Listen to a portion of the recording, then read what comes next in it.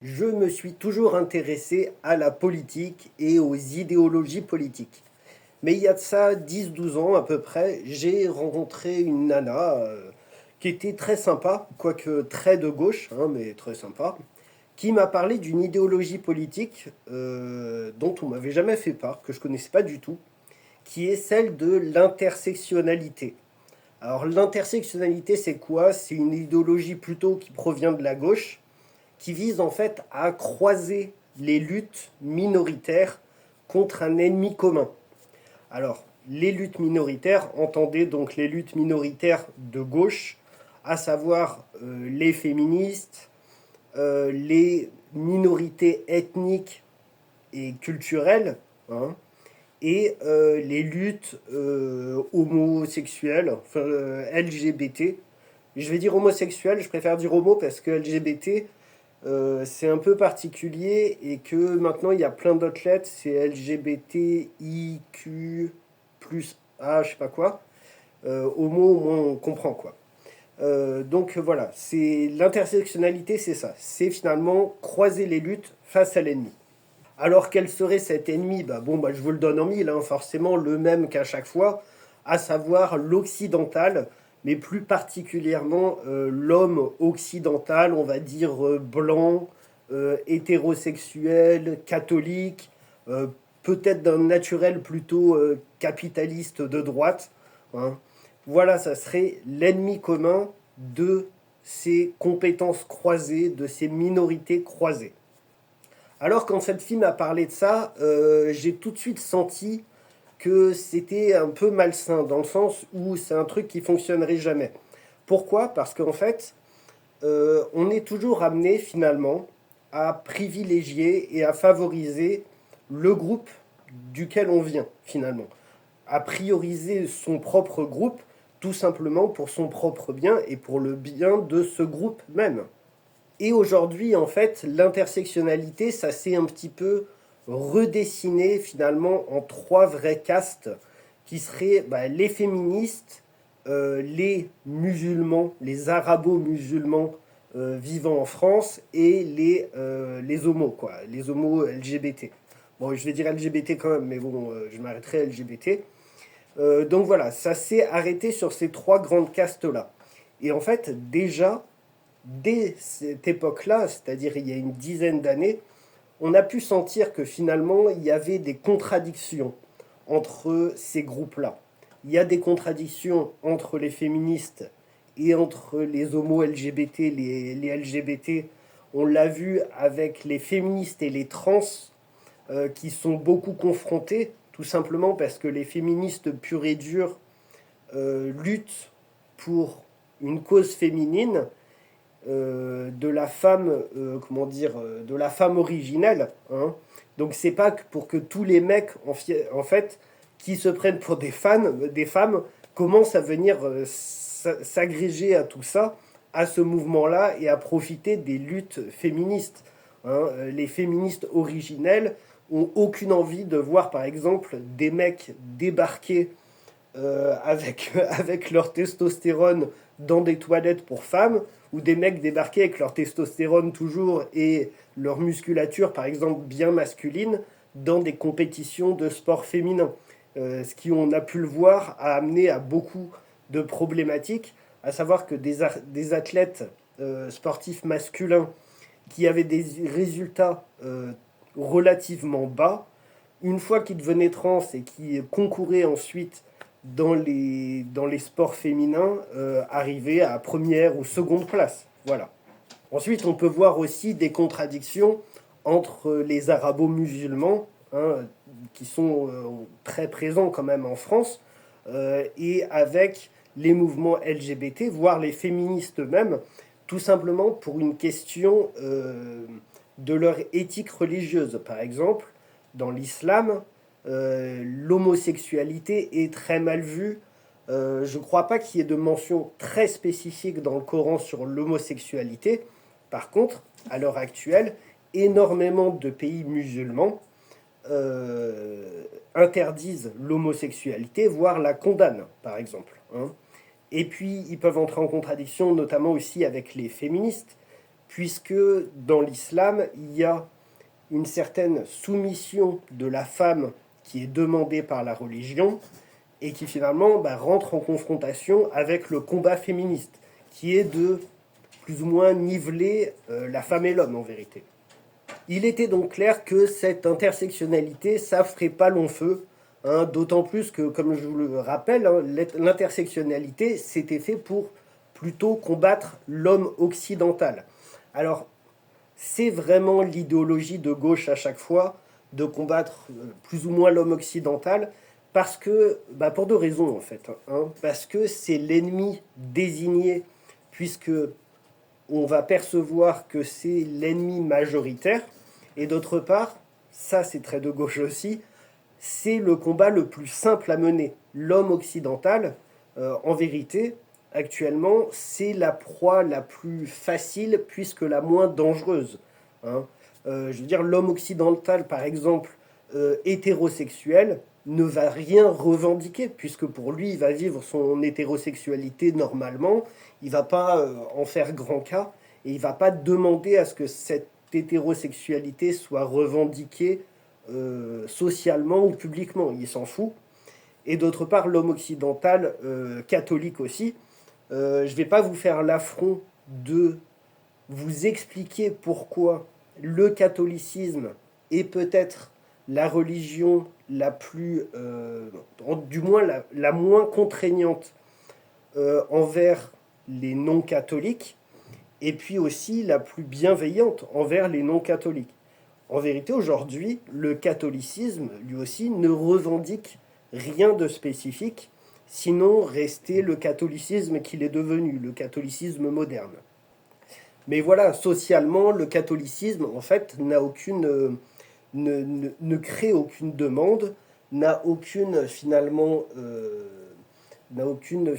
notion qui puisse restreindre la globalité des Français ou la globalité des gens à se plier à certains codes.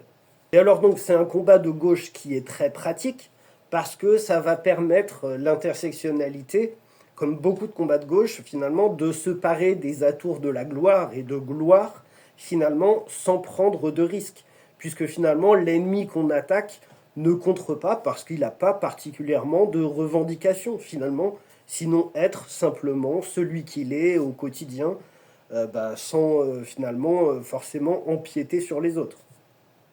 Et donc l'intersectionnalité, on en a beaucoup entendu parler en fait par période. Il y a eu des périodes où on parlait beaucoup, je vous dis, il y a 10-12 ans, on parlait beaucoup d'intersectionnalité. Après, ça se faisait oublier, ils en reparlaient un petit peu pour croiser tous ces combats. Alors, souvent, bien évidemment, au temps des présidentielles, hein, des élections présidentielles. Et là, ça avait tendance à revenir un petit peu, puisqu'il y a 2027 qui se prépare. Mais l'intersectionnalité a pris du sacré plomb dans l'aile ces derniers temps, suite à 3 événements. Et alors, ces 3 événements, ça a été comme finalement une preuve que c'est comme si le monde et la vie se déchaînaient contre la notion même d'intersectionnalité. Alors ça a commencé avec le dramatique attentat à Berlin, je crois que c'était à la Gay Pride de Berlin, enfin c'était une manifestation en tout cas d'homosexuels, d'LGBT, où une voiture a foncé dans la foule, faisant 1 mort et 16 blessés, si je ne me trompe pas. Es ist ein Tag, glaube ich, für die Queer Community, der von Entsetzen, von Schock ist und nicht genau einschätzt. Es wird, glaube ich, erstmal die Zukunft zeigen, wie wir damit umgehen. Aber es ist einer der schwersten Tage für die queere Community und ein Tag, den ich selbst persönlich nie gehofft habe, dass ich ihn erleben muss.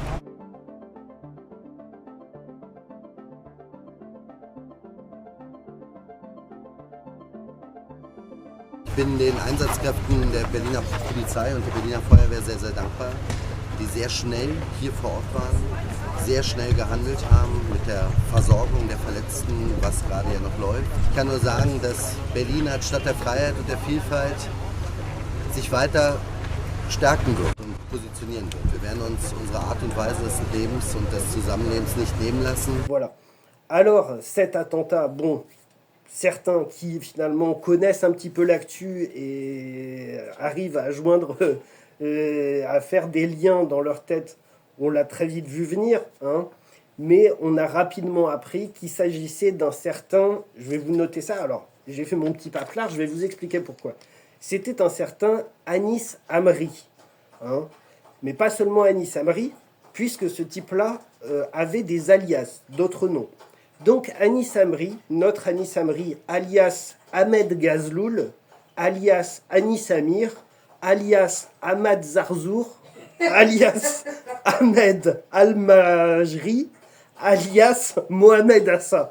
Donc a priori, ça serait pas un catholique. A priori, hein, je veux pas me tromper, mais a priori, c'est pas un catholique. Enfin, toujours est-il que peu de temps après, ce mec-là s'est fait fumer par la police allemande, hein, ce qui est une très bonne chose. Hein. Donc, plus de Anis Amri, mais toujours la stupéfaction. La stupéfaction, parce que finalement, pourquoi un musulman, un arabo-musulman s'en prendrait à des LGBT, puisqu'ils sont dans le même camp, finalement.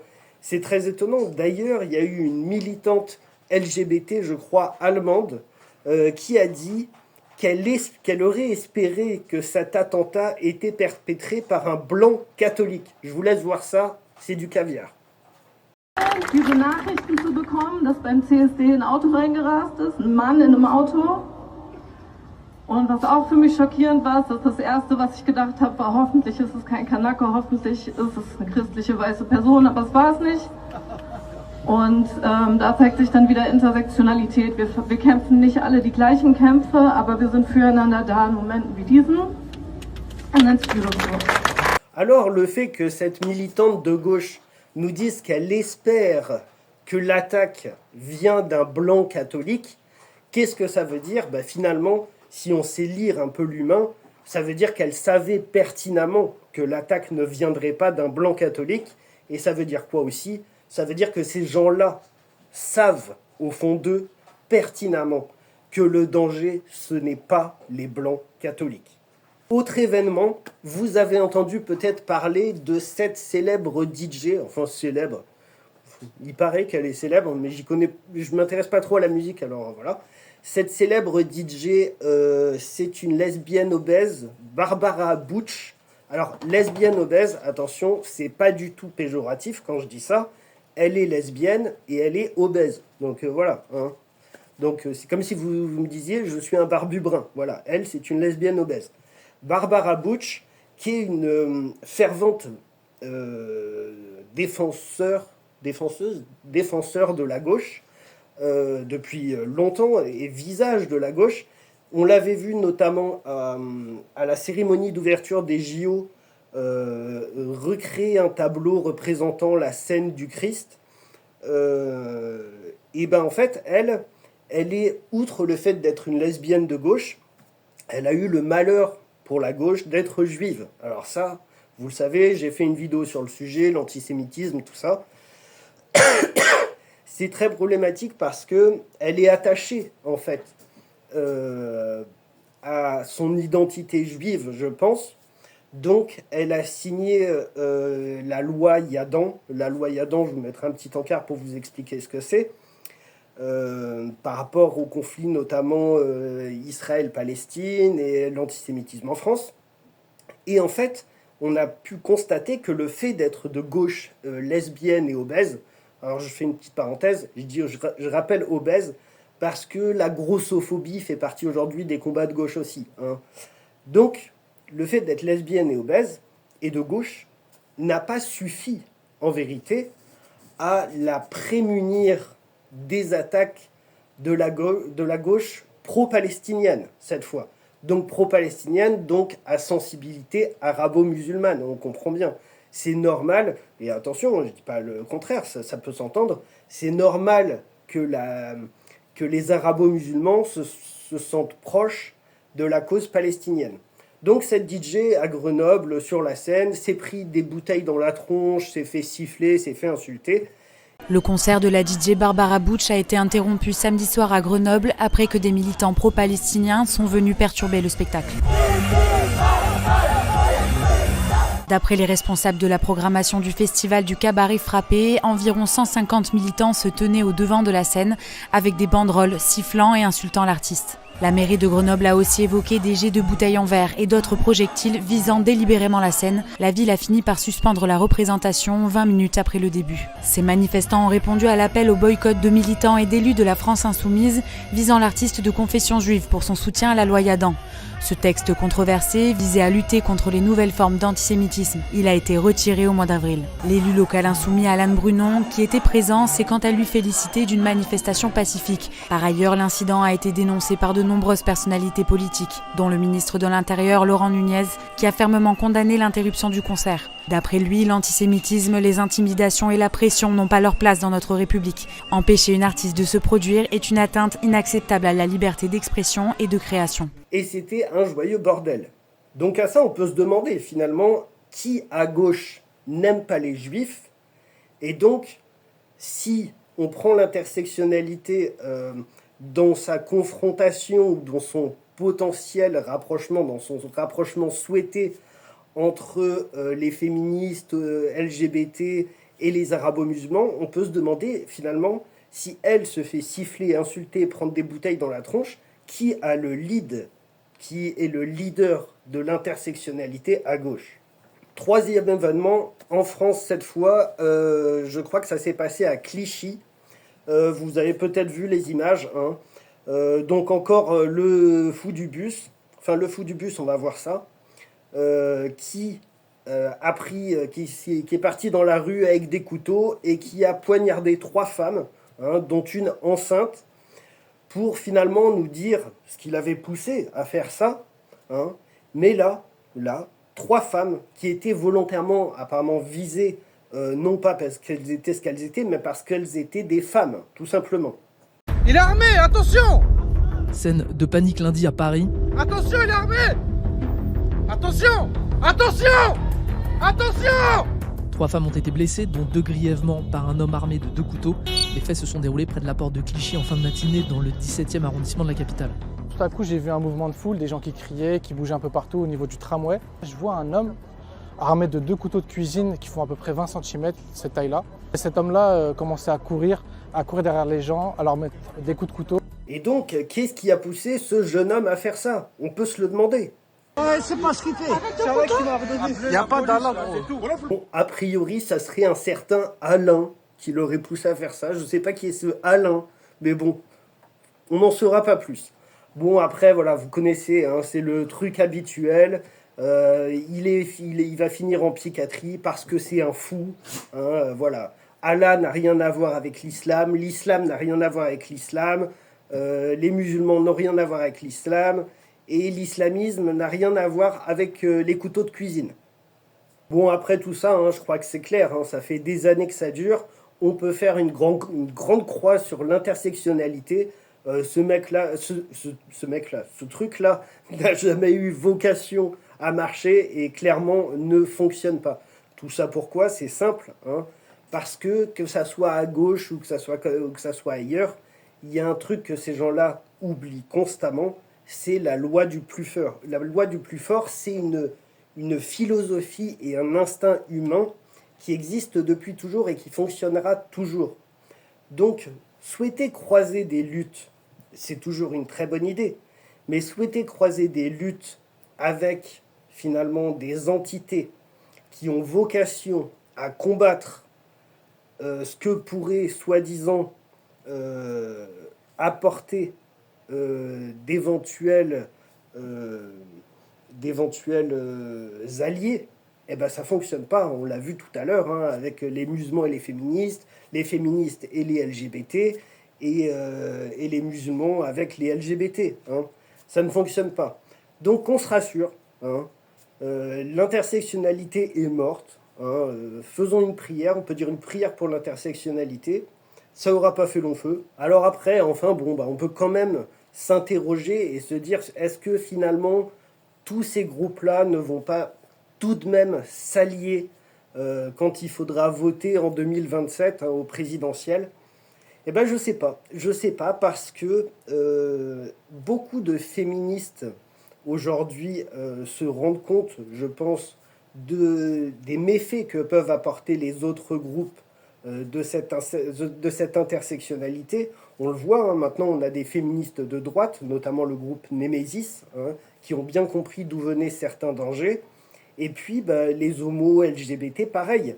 Il y a énormément de votes homosexuels et LGBT qui aujourd'hui vont à droite, voire à l'extrême droite, parce qu'on sait aussi d'où viennent énormément d'agressions contre les homosexuels en France.